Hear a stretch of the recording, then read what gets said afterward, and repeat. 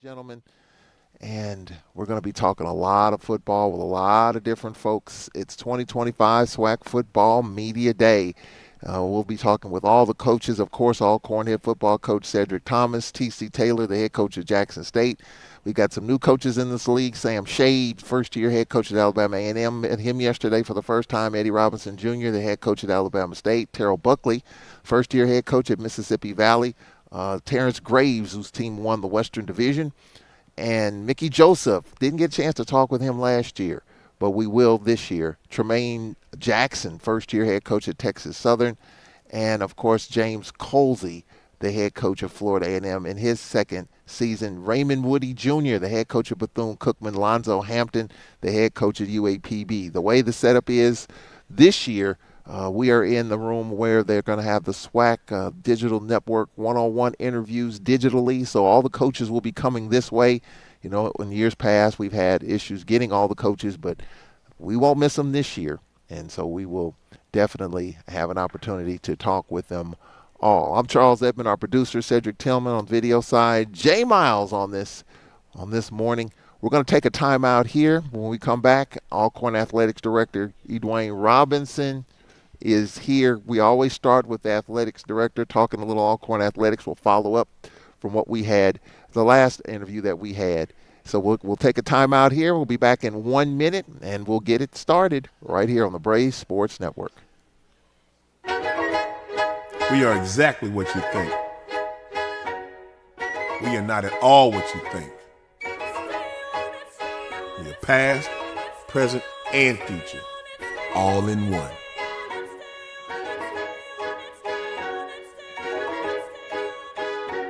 Because the best way to honor our history is to make history. General Motors, honored to sponsor the Southwestern Athletic Conference. Here, every journey is unique, but no one walks alone. At the Alcorn State University School of Business, we don't just teach business, we always empower visionaries who dare to reimagine it. From day one, you'll forge connections and develop the confidence to lead in a rapidly evolving world. Join a legacy of trailblazers who don't just respond to change, they drive it. Always ahead, always empowering, always Alcorn.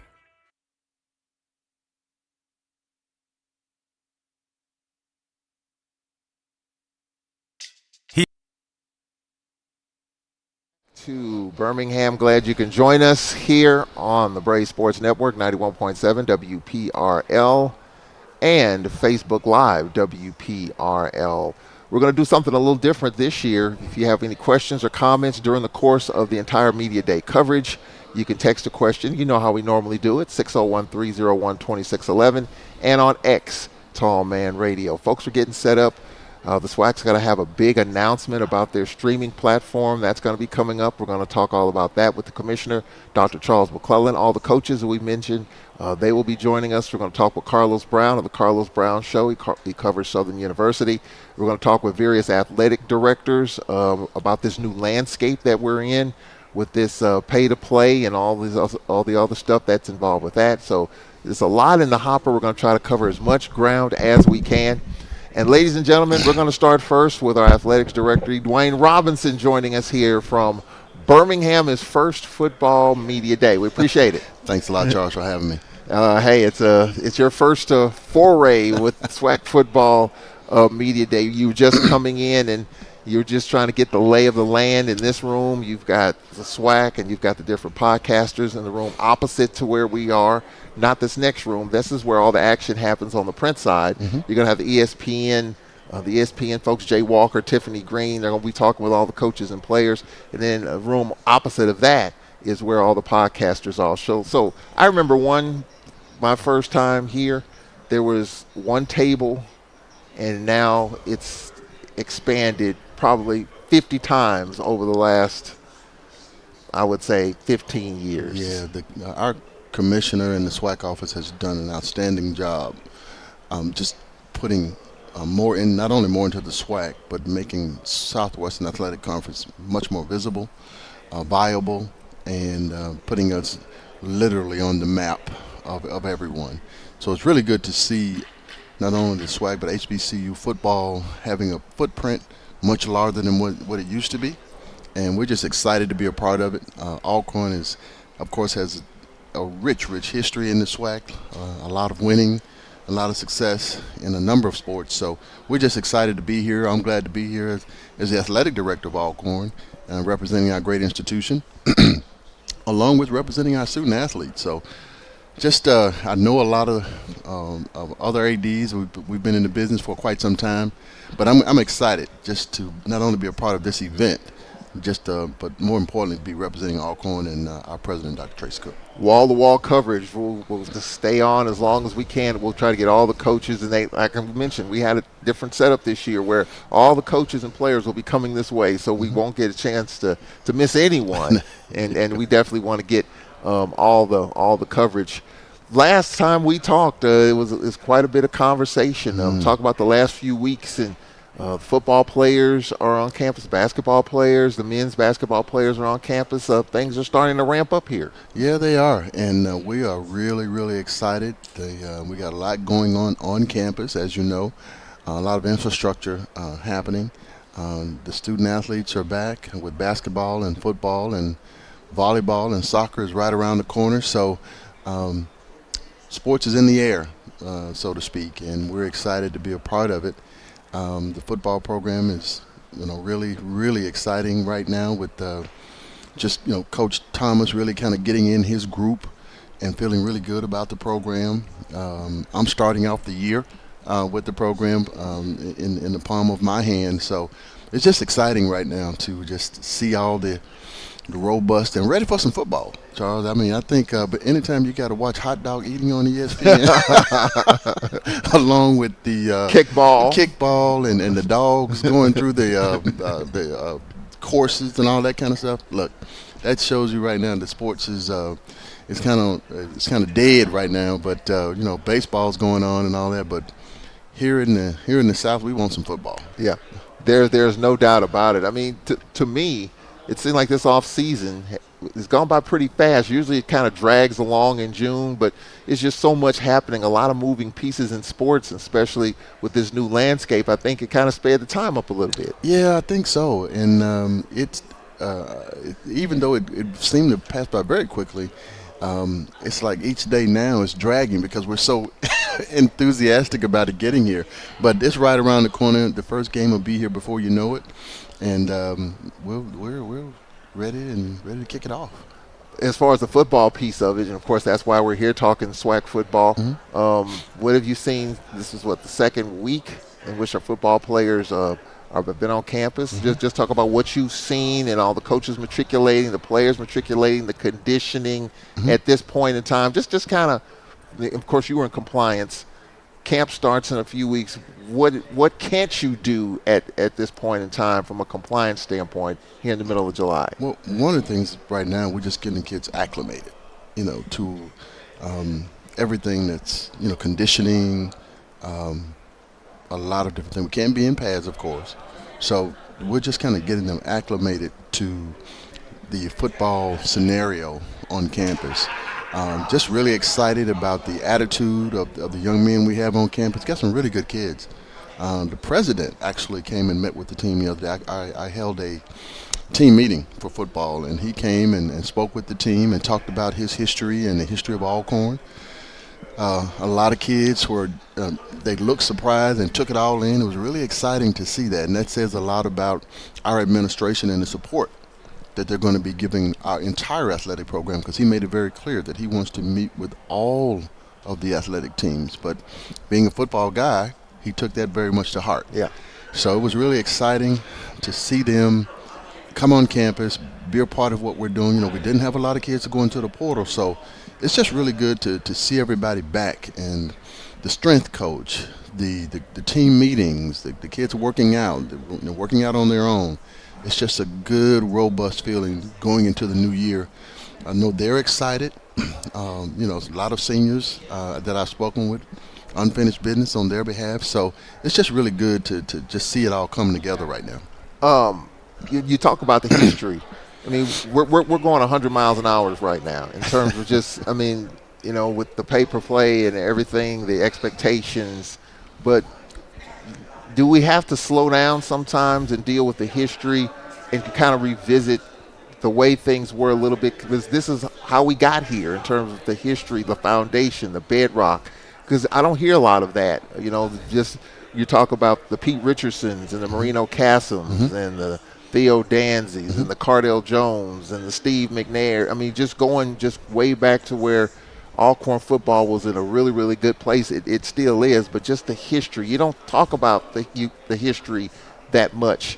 And I'm sure with Dr. Cook is trying to do that, just to say, hey, this is where we are, but we can't forget where we've been. And we have every intentions of not letting our student athletes forget about our history, and that's one of the things that I plan on trying to implement more of is not only just teaching them, but creating more opportunities for them to engage our history, more marks around the buildings, around our infrastructures, to remind them about our history, because it's important.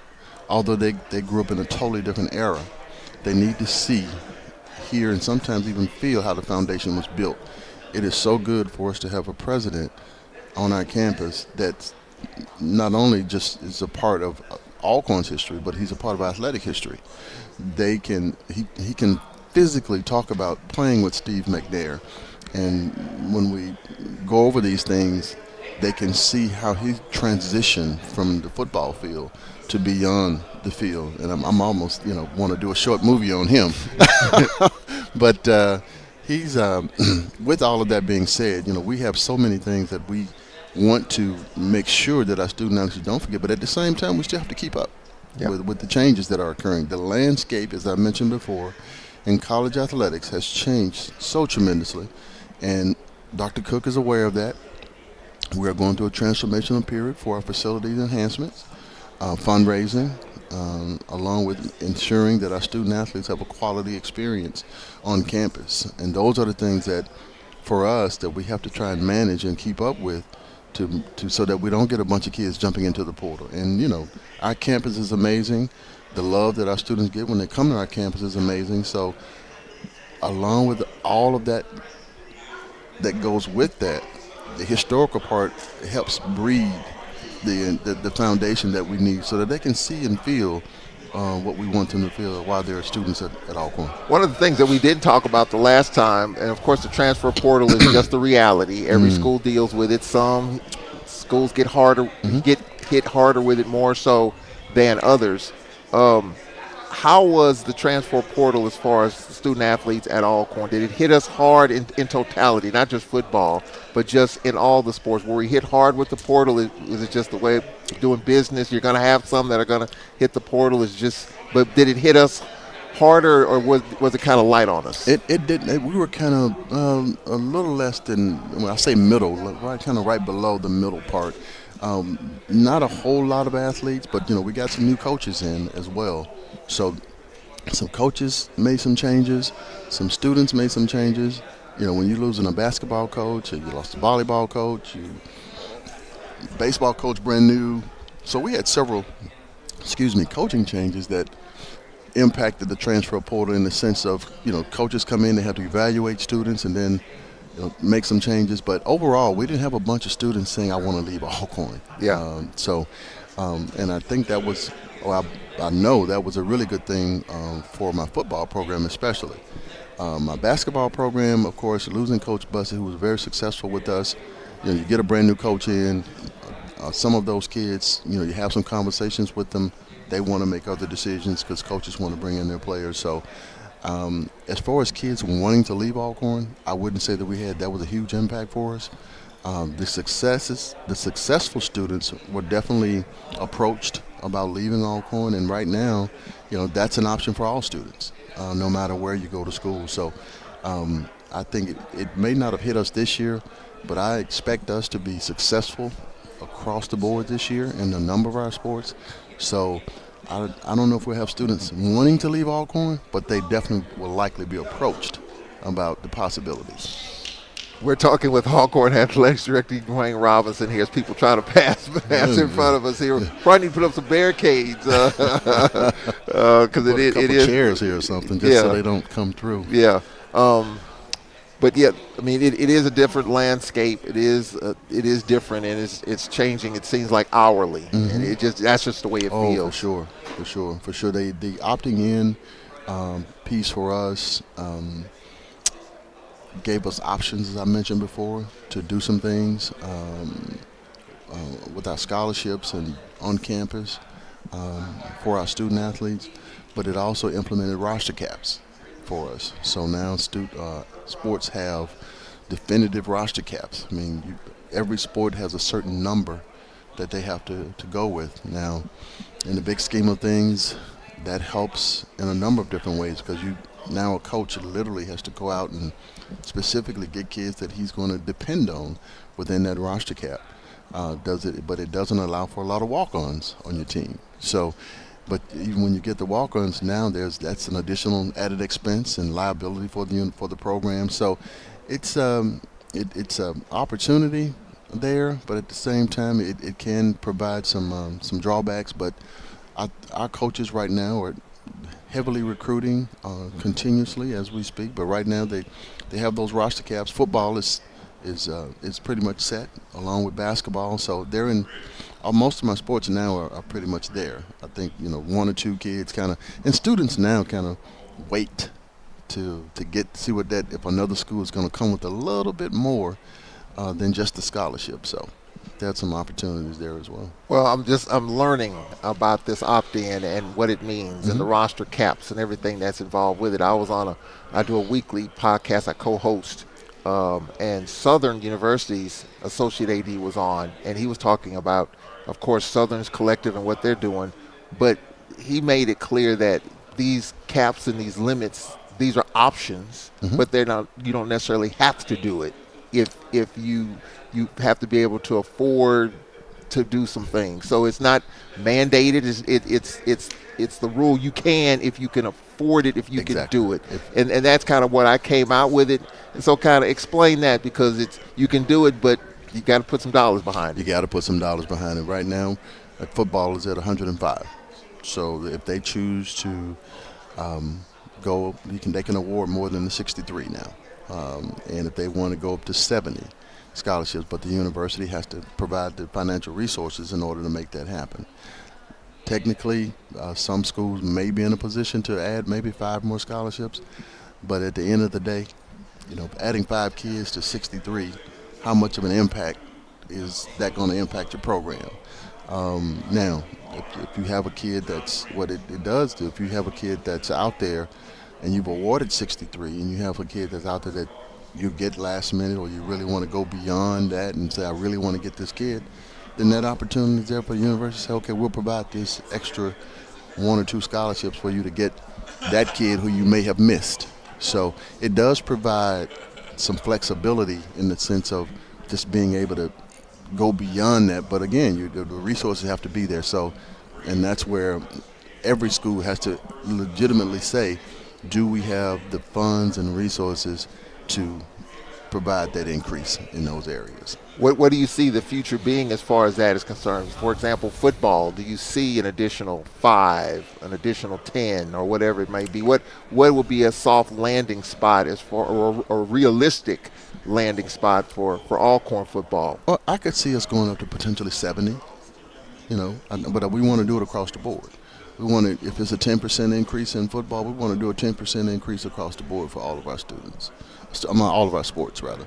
So, even though football is the engine for the entire program, as far as my sports are concerned, we want to give each coach an opportunity to get that extra student or 2 to impact their program. So, but I can see potentially at some point going up to having a 10% increase, anywhere between 5 and 7 at some point. I think our fans are going to, and supporters are going to be able to support that, with the additional funding to some degree, and that's something, of course, I'll have a conversation with my president about as well. So, but yes, that would probably be a soft landing spot for us. So, you're talking about a percentage, and you're talking about a number. So, if it's a 5% for football, that means it will be 5% for all the sports. Well, yeah, because when you start thinking about 5% of, say, like my baseball team has 11 scholarships. For them, that's a very incremental. Yeah. So I would likely go with the 10% because that gives them a whole nother scholarship. Any sport, 10% will likely give them, and that's why I say anywhere between 7 to 10%. Yeah. To at least it be a whole scholarship potentially to add a player that can impact your program. Okay, so that's a good. I'm still learning all of No, this. you're fine. It's I'm just anxious to see, and we're going to be talking with other athletic directors to see what they're doing, just to see what this landscape could possibly look like for other schools. 'Cause I would like to see how this is eventually where this is going to take us. Yeah, I mean, it that's boils down to kind of my resources. concern. Yeah. But It definitely boils down to resources, and we at Alcorn we've done a lot with a little for so many years, and we're going to continue to work hard and be successful. But we're going to have to maintain and keep up as well in order to maintain competitiveness with some of the other programs. Because I guarantee you, the other fans out there are going to be and supporters of other programs. Everybody's wants their program to be successful. Yeah. So.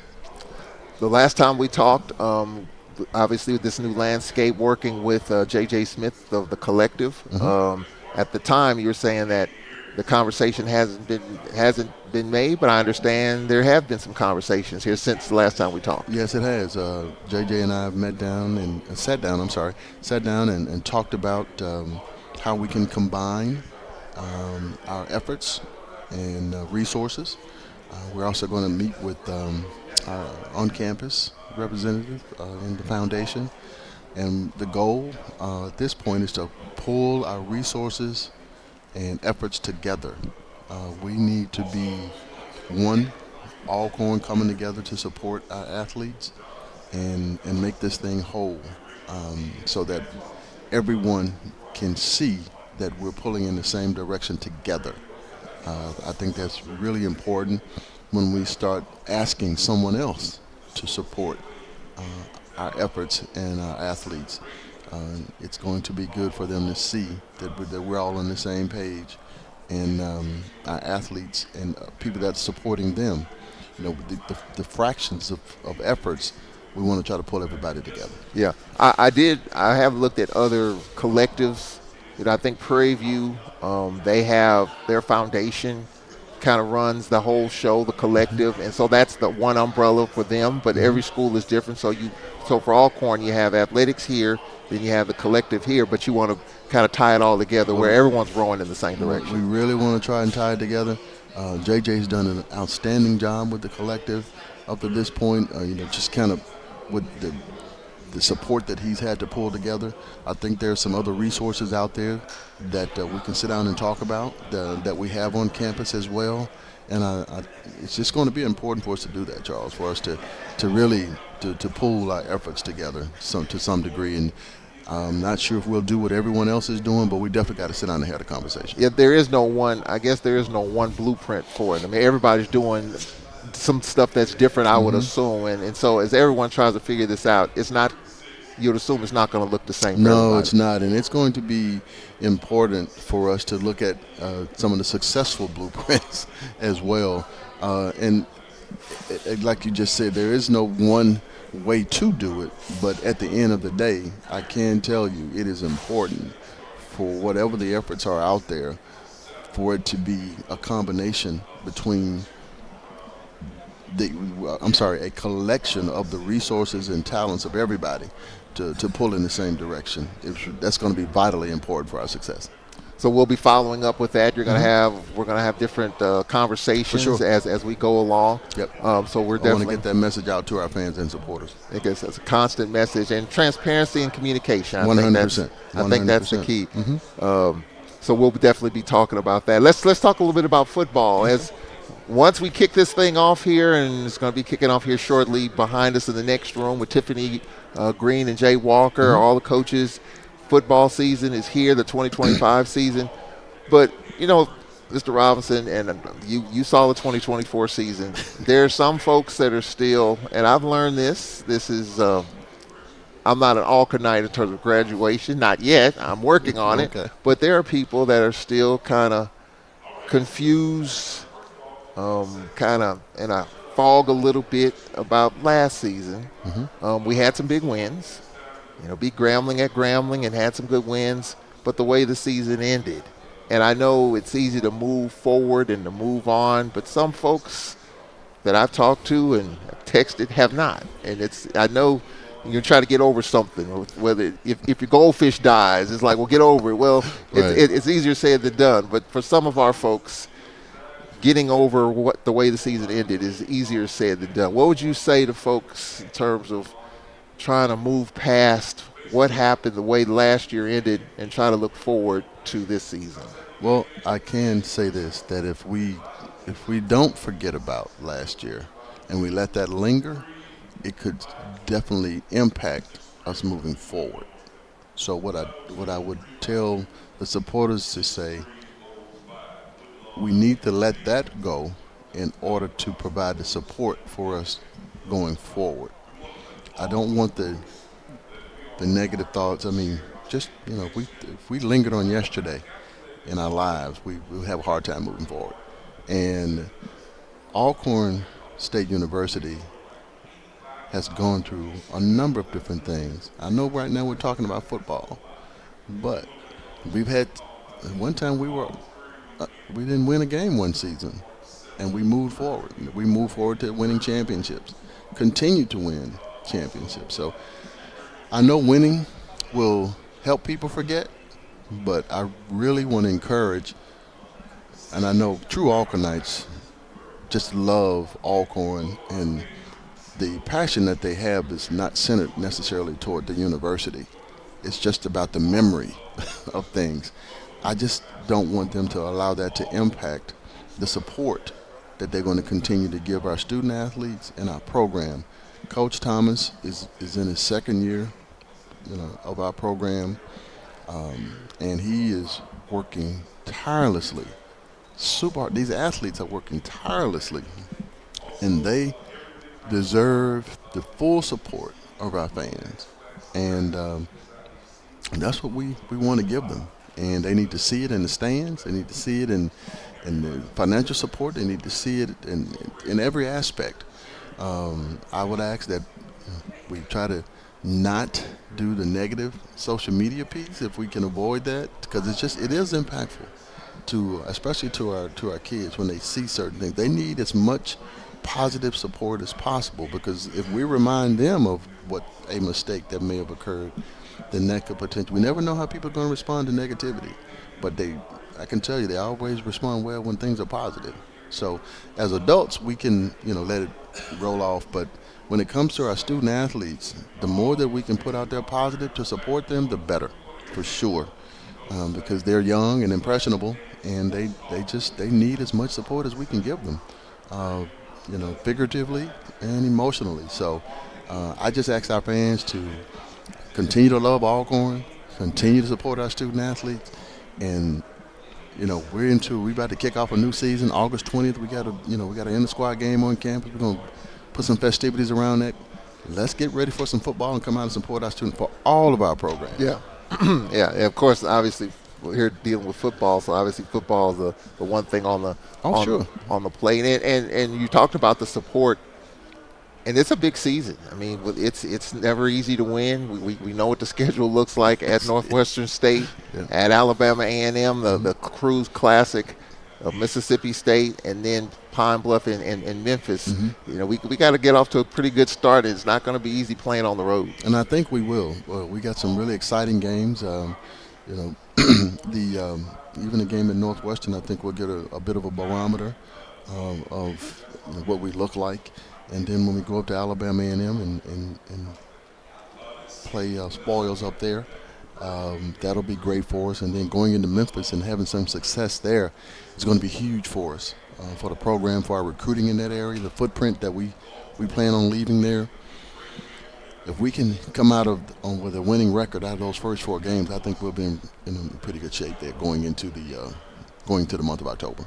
If you have a question, 601-301-2611 on X Tallman Radio. We've got a question. We'll get to that in a moment. That Memphis game, putting that together, and that was UAPB's home game. To make that happen, and Memphis is an area where we've had our midwinter conference, a pretty good alumni base there. So it really kind of works out to where it fell in our lap, and we're able to make some things happen. And I think there's some activity surrounding that game. The Memphis chapter's involved apparently, and so that's going to be a really big deal. It's going to be a huge deal for us to be in Memphis. We want to make such a footprint that they ask us back. So I know the Southern Heritage folks they're excited about us coming. They've been doing a lot. Pine Bluff has been doing a lot.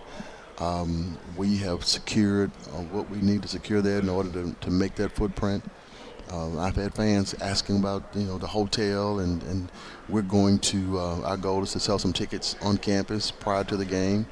When people come out to the home games, they'll be able to purchase the tickets, or if they want to purchase Southern Heritage tickets. I don't know if we'll have them online yet, but we definitely will have them for sale, hard tickets on campus. But that is huge. I mean, that game, to have the opportunity there when they approached us about it, coming to Memphis, I was really excited about it, and even being the visiting team was good because we had to go wherever UAPB decided to go, but we're getting some financial support as well, so that's really good for us too. So it's going to be really, really good. I know right now everybody's just kind of getting ready for the season, but come to Memphis, everybody. It's going to be exciting.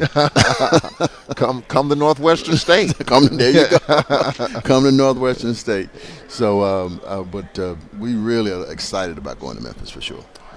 We've got a couple of questions from the text line, 601-301-2611. Mr. Robinson, it seems like so many people are on the sidelines talking about home games. What will be done to control the individuals who are not authorized to be on the sidelines?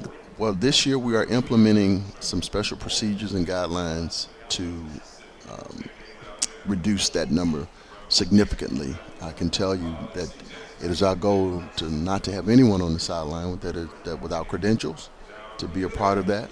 And I hope that as we put up more signage and have more security, folks will abide by the guidelines and rules that we'll have, because it does create a liability issue for the university that we don't want to have to manage after the game. And it impacts potentially our players, our coaches' ability to do their jobs. We want our fans to enjoy, but everybody likes kind of being in the mix and on the sideline, but we have to be mindful of those things that it can impact, especially our players and the liability for the university. So we do plan on implementing some better guidelines, having more personnel on campus that will restrict folks from being there, and just to be a little bit more specific. And so that's our goal this year. I just hope the fans and everybody just really work with us and abide by the guidelines and messages that we have out there. We appreciate that question. Another one, will there be hydrating stations again this year for the games? It will be. Actually, I have a couple of ideas that I plan on implementing. We're going to have, the goal this year is to have some misting fans on the concourse area up under the bleachers.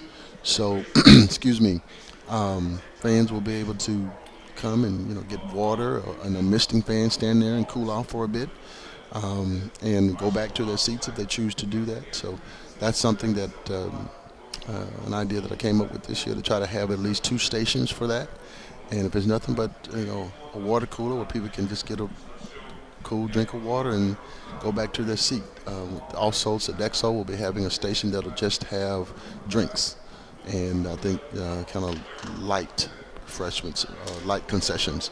So we saw some of that happening last year, so we do plan to implement some things to make it better. I do notice that some teams choose in the early part of the season to play their early games at night and maybe play the day games later in the season to avoid the heat situation. I know at my alma mater, Grambling, they at one point in time there was a rule that they were not going to play any home games that early in the month of August or September because of think they had some people fall out Yep. one year, and there was a liability there. Mm-hmm. So I'm sure that's it's kind of a delicate situation. Yeah, you want to play, but it's getting hotter, it seems like, and you want to have those night games, but you want to get people home. So I'm sure that's always a conversation when it comes to scheduling those games in the first month of the season. And particularly at Alcorn, because we want to have the game at a time when folks can come out, enjoy our beautiful campus, and get back home at a reasonable time. Fortunately, we don't have any. I know people want games in September. We've talked about that the last time we were. Excuse me. Excuse me. We talked about that the last time we were together. But September is hot. Yeah. It's a very hot time, and if we do, we will likely put that game later in the evening to a certain degree, at least 4 o'clock or so, potentially, so that the fans could enjoy the game without enduring so much heat. But a lot of the schools that we're playing in August, they are having their games in the evening to avoid those kinds of situations, and because we want the experience overall to be one that they can enjoy. Well, we can kind of go over it. Northwestern State on Thursday night. That's a night game. Alabama A&M. That's the Cruise Classic. That's a 6 o'clock game.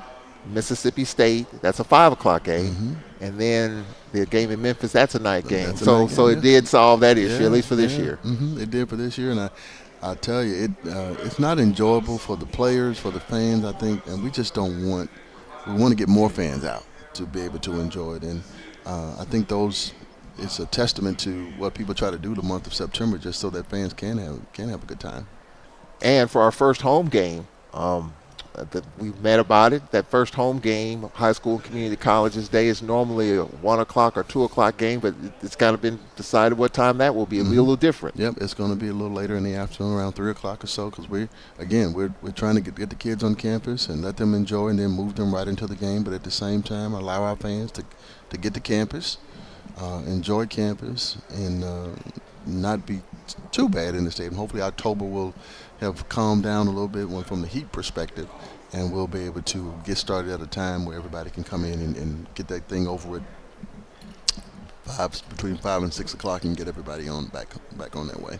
Well, talk about your expectation as an administrator, and you talked about Dr. Cook talking with the team. The expectations for Cedric Thomas in year 2. We had some good wins, and a tough way to end the season. We're getting ready for another season, the second season. We've got home heavy on the back end. Grambling coming in November for the first time since I've been doing Alcorn football, and maybe Braves fans could chime in. Has Alcorn ever played Grambling in the month of November? Has that ever happened? As well as Southern University back to back coming in. So talk a little bit about that and just the home heavy schedule. Well, I am excited about our home schedule. Really, really excited about our home schedule.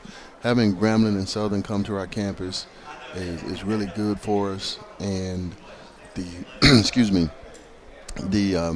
the homecoming that we have on our campus is not a conference opponent, but it's homecoming. So everybody will be there. So we're expecting a lot to come from our home schedule. A lot of fans to come out and enjoy. As far as Coach Thomas, we want to get the East. Let's just put it on the table. We want to win our side. And I'm sorry.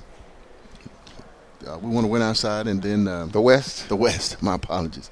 We want to get the West, and be in that conference championship and have it on our campus. We love to do that, so we're excited about that, and I think he feels very confident about what he can do, and we're just ready for it. I think Coach Thomas is going to have a successful season. He wants to win the championship, and that's the expectation at Alcorn. That's what we've grown to be accustomed to. So we're just really, really ready to kind of move into that. I think we put some really good pieces together for the program. They're really excited about the pieces that they have. I've had a really good conversation with him. We had one student to leave our program and go to another institution and come back. Which was exciting to have. So, I can tell the buzz is in the air for our program. I was just having a conversation with Demetrius House, our new sports information director. We're getting a lot more social media attention with some things. We had a great video to come out today because we're partnering now with Nike, and that was released today. So we have some really positive things going on. I think it's going to show up in our program and in our student athletes. Well, speaking of that, staff changes. Um, there are some staff changes that have happened since the last time we talked. It has. A couple of people have intertwined. Dr. Alicia Shields Gatson, who former athletic director at Delaware State, longtime athletic director, who came to our staff, is now, of course, as you know, the new athletic director at Mississippi Valley State University. Demetrius House, who was with us for a stint, is now back as our director of athletic communications and doing an amazing job. And we're going to be bringing on some more folks here pretty soon. So those are one significant departure and one significant hire that we have. And hopefully here real soon we're going to be adding some more pieces to the puzzle. Just brought on Miss Kim Day as our new athletic business manager, who's been on our campus, but is going to do an amazing job as well. So we're going to have some things infrastructurally to change with our people, but definitely going to have folks that are going to be working hard to continue to make Alcorn very successful. Well, you got Coach Morton getting acclimated, Mm-hmm. and I was at the arena the other day, and some guys working out. How many players does he have on campus? Coach has about 13 guys on campus, and they are having I think a really good time based on talking to them. They're excited about being on campus and enjoying Alcorn, and Coach is working really hard with them. He's very excited about the group of kids that he's brought together, and everybody seems to be gelling in really, really well. Coach, even himself, is now that he's got the kids on campus, he can breathe now and start coaching them a little bit more over the summer, getting everybody acclimated to his scheme, and that seems to be working out really well. We did some renovations to the old gym, so they are able to go utilize both facilities now, and we're going to be doing some upgrades to the Whitney, which is going to be starting here pretty soon, and so we're moving right ahead. But Coach he has with his assistants and everybody, he has those kids going, and we have a really good non-conference schedule that is going to be exciting for us. A basketball season, so it's going to show some things, and his relationships have brought in some really good competition for us for basketball season as well. And I interviewed our volleyball coach. People are really excited about. Yes, I can't say enough. Excuse me, about Coach Harris. She recruited probably 80% of the team that she has this year, and just really excited. She's doing some things, not just impacting the program, but she's just overall throughout the department. She's been a huge asset for us, and we're just excited to have her to be a part of what we're doing. And she was our assistant coach last year for volleyball, and we elevated her to the interim level. So having her now to really just kind of take over that program with the number of kids that she brought in, it's just going to be really, really exciting. So we're looking to kick off that season as well, and she has so much energy and wanting that turn our program around. I think she's going to be good for us. Well, as we get ready for another sports season, the SWAC meetings took place last month. Mm-hmm. Some things have been decided on the basketball front. The Thursday, Saturday women's basketball games will continue. There was talk about that was a one and done, but it's going to continue. Talk about those discussions that were had, and the decision to continue the Thursday, Saturday. Well, for us, there were a number of factors that we had to take into consideration with that. After having the conversation, it couldn't have been just necessarily a one-time thing, because there were some commitments there that went along with that. And I'll let the SWAC talk about that a little bit more. But we're going to try one more year and see what happens. But we do have the ability that if we have a program or a school that wants to do the doubleheader, and we agree to that, we have that flexibility to do that. So there will be some opportunities there if a program says, okay, look, let's just play Saturday, Monday, or Thursday, Saturday. We'll be able to have that conversation and all parties agree we'll be able to roll right into that. So it does. We have been provided some flexibility in that area, um, but for the ones that are close by, we do have Southern in a doubleheader this year. Of course, Jackson State. The teams that are Mississippi Valley in a doubleheader. So we were primarily looking at schools that were kind of in a particular region if we wanted to do something like that. So we'll see how that plays out this year, and to make sure that we have the best experience for our student athletes as well. And with the SWAC tournament starting a little earlier, Oh yeah. I understand the last four games, um, Thursday, Saturday, then Tuesday, Thursday, to allow teams to get to Atlanta. That's if you're in the bottom bracket. Well, hopefully, I know we won't be, but there's that flexibility there. Yes. Those last four games a little bit different. Yep, we'll have some flexibility there with that, and many of those games are doubleheaders that are in the last week to kind of go ahead and finish the season off. As you know, I thought you were going to mention, I'm sure you probably will, that all the teams are going to the tournament this year. Yes. In Atlanta. So the tournament will be starting on, I think, Monday, Monday of this year. So that's going to be interesting to see how that plays out with all of the teams coming in early and being a part of that. So, yeah, there are some opportunities there toward the end of the season that will potentially impact the outcome of some programs and where they fall, even though everybody's going to be at the tournament. The last part of the season will be very impactful on the standings. Well, I'm going to let you get the check out the rest of this setup. This is this your first deal with this? Yes, sir, it is, and it's exciting. I tell you, it's nothing like media day for football, and I have such a love for SWAC football. I grew up on it, loving some of its participants and watching those coaches and different things like that. So to be a part of it now is just a great opportunity for me. Growing up on Alcorn and watching those guys and having the opportunity to actually work with Coach Cassom was amazing. So now to be a part of where we are now, I tell you, I couldn't be more excited. We appreciate you coming on. We're Charles, talking again. Thank you so much. I really appreciate your time.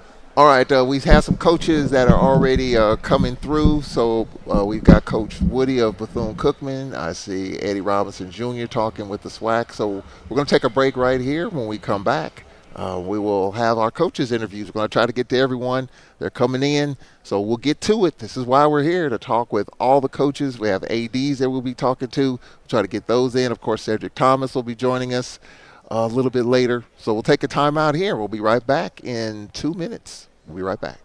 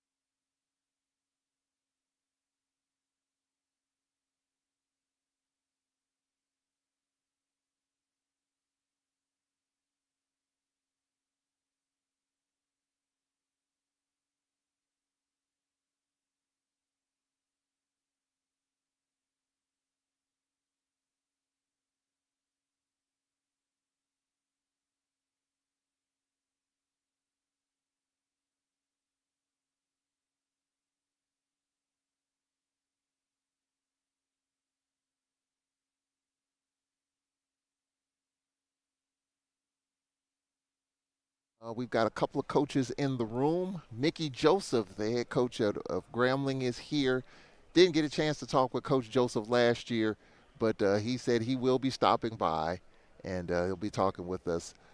Coach Woody, the coach of Bethune-Cookman, will be joining us next, and Mickey Joseph is also in the room. So the coaches are in the room. They'll be coming around, and they'll be talking with us. I was thinking about Bethune-Cookman and Raymond Woody Jr. in the second season, 2-10, and he was involved in 6 games that were decided by one score or less, and his team lost 5 of those. In the last 3 were one-score games. So Bethune-Cookman definitely was coming on strong down the stretch. And so that's something we'll be talking about. They 6 one-score games. They lost to Southern 25-23, I believe, in 4 overtimes, and then led 10-7 against Jackson State. It was 17 all at halftime. So the top 2 teams in the league, they battled. So we're going to be talking with Coach Woody. You've got new coaches at Alabama A&M. Of course, Sam Shade was very successful as a high school coach, won the state championship in 2020. Pinson Valley High School. Also, he coached at Miles. He won the SIAC in 2024. And, of course, he's the head coach at Alabama A&M. He had some Alcorn. He was talking about some players that landed at Alcorn that he was looking at. So we'll be talking with Sam Shade coming up as well. And, of course, Mickey Joseph. He'll be joining us here coming up as well. Not a lot coming out of Grambling. What I was told that players and coaches want to keep it quiet. All their damage that they're trying to do in recruiting, they want to keep it quiet. And of course, Grambling's one of the final 2 games of the regular season, as Alcorn will host Grambling in November, something that I haven't dealt with since I've been at Alcorn. It's usually September, October, playing Grambling in November. And of course, Grambling's got the Bayou Classic in November. So that's something that we'll be talking about with Mickey Joseph. So coming up next is Coach Woody and then Mickey Joseph. Of course, T.C. Taylor in his 3rd season, year 2, winning the division, winning the Swac, winning the Celebration Bowl. And of course, we go to Jackson this upcoming season. And one of the players of the year, the quarterback, Kobe Morgan. And so we'll be talking with T.C. Taylor. Got to ask him an interesting question, what he told us last year in terms of, trying to build the program and all the new pieces. Some conversation about what he said there. So we'll be talking with T.C. Taylor. Sam Shade, of course, for Mississippi Valley, they have a new football coach. And Tremaine Jackson at Prairie View, his first year. We're going to be talking with Tremaine Jackson. He's been sparking a lot of stuff on social media. I wouldn't say bragging, but he definitely is saying a whole heck of a lot. And so he feels really confident about his team. And that's our first home game, high school day. Prairie View comes to town the first week in October. So that will be an interesting situation there. So I think in this conference, you've got Southern University picked to win the West. Jackson State picked to win the Eastern Division. And I think it'll be interesting to see if that continues. Southern's got a sophomore quarterback, and Southern's defense was terrific. We're going to be talking with Southern's coach coming up as well. So there's a lot to talk about as far as the Southwestern Athletic Conference and what to expect. We appreciate A.D. Dwayne Robinson joining us as we always start Media Day with the athletic director. We'll take a time out here, and we're coming right back. And Ashley Robinson will be joining us coming up next. So Ashley Robinson coming up next, and then we'll get to the coaches. We'll be back in 1 minute from Birmingham.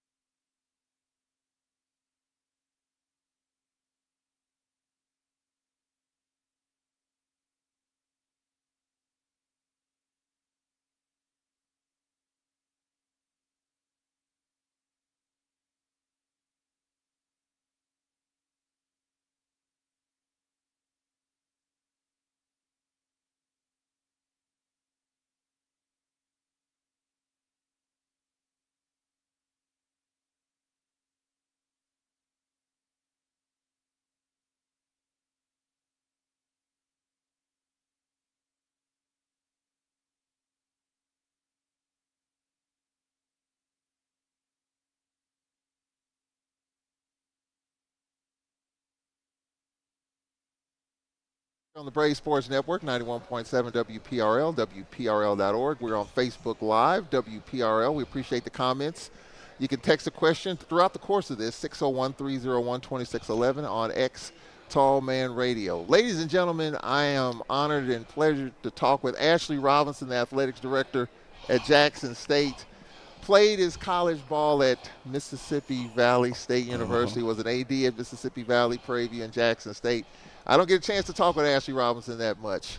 He's a busy man these days. We appreciate it.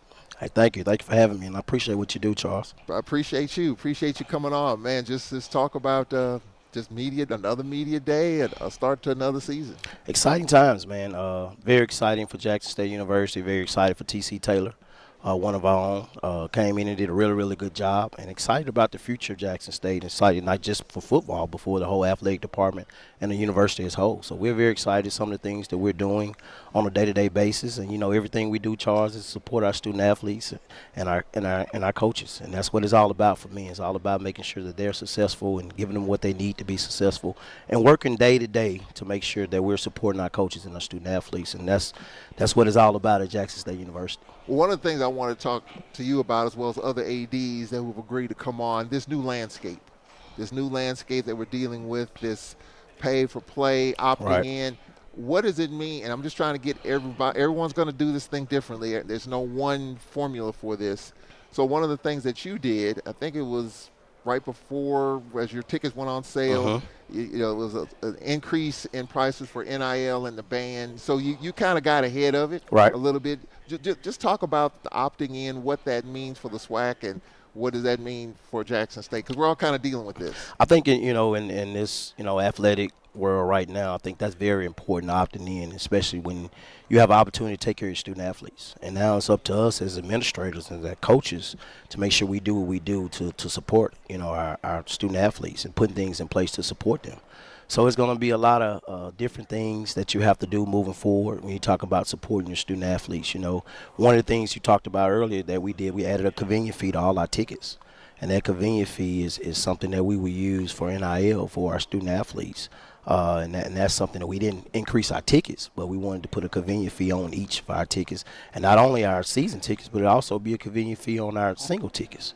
We wanted to start a year early to where we can have something in place for our student athletes. We saw this coming down the pipe, a year or two ago. And also we have a great collective, a 1,400 collective. We have a couple collectives that do a really, really good job in supporting our student athletes. So, I believe in having 3 or 4 different options. I don't believe in just putting everything in one pot. You want to be able to support them. You want to be able to have, and where people feel comfortable giving their money to. So the landscape is wide open now for athletics. It's a lot going on.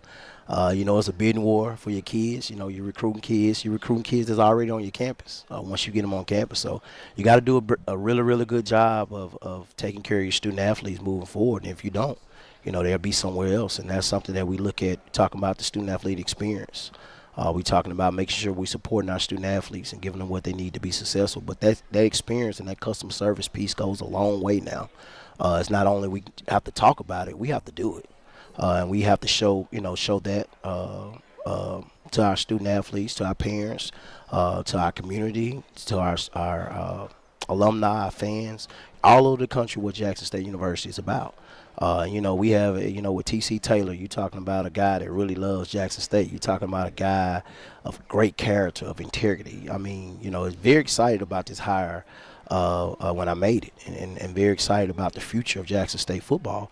And it's no better way to have it, to do it. And you know how this feels, Charles, to do it with one of your own. Yeah. Somebody that loves Jackson State, somebody that's going to work daily, every day to make sure Jackson State is successful. So, in this society, we as administrators, and when I say me as administrator, my staff, the university as a whole, we have to work hard to make sure we can support our student athletes. We ask coaches to coach, and we administrate, so we have to do our job. So it's a lot on my shoulders, and then making sure that we support our coaches and giving them what they need. If I want them to be successful, I have to do my job. And it starts with me when it comes to athletics, and it starts with my staff. And I got amazing staff. And we're going to work hard to make sure that, we opted in, to show people why we opted in. And I think it's good for the conference. It shows the leadership of our commissioner. It shows the leadership of the conference and where we're going. So, everybody has to get ready. I mean, now it's time to get ready. It's time to, do what we need to do on an everyday basis. And you got to put some things in place. You got to be strategic. You got to think outside of the box. It's going to be a lot of different things that you're going to have to do to put things in place. And that's what we're working on at Jackson State University. Was there, in the decision to opt in, was it a difficult conversation? No, I don't think it was. I think it was something that we started talking about, commissioners started talking about pretty early. We had these discussions a year or two now, and we saw this coming down the pipe, and so I don't think it was a difficult decision. I think the difficult decisions is meeting those thresholds, meeting those scholarship requirements. When you have a coach come in your office and say, hey, I need 10 more scholarships, we opted in, we able to do it now. So that puts the pressure on administrators and athletic directors. You got to go in, you got to do what you got to do. So that means we have to be strategic with how we do our revenue. We have to be strategic with how we raise money. We have to be strategic in our message to our alumni and our supporters, and letting them know and communicating with them and letting them know what we need to be successful.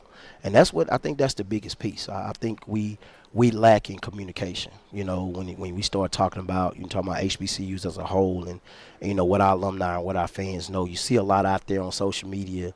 But a lot of that stuff you have to communicate with your alumni and fans and let them know what you need. What is it? How does this work? What are we doing? So we're doing some educational training. We're doing some things with our alumni and going out and speaking to them and letting them know, hey, this is what this means. This is what we need, and this is what we have to do if we want to be successful. And I think that's what it's going to take. It's going to take a lot of strategic planning. It's going to take a vision.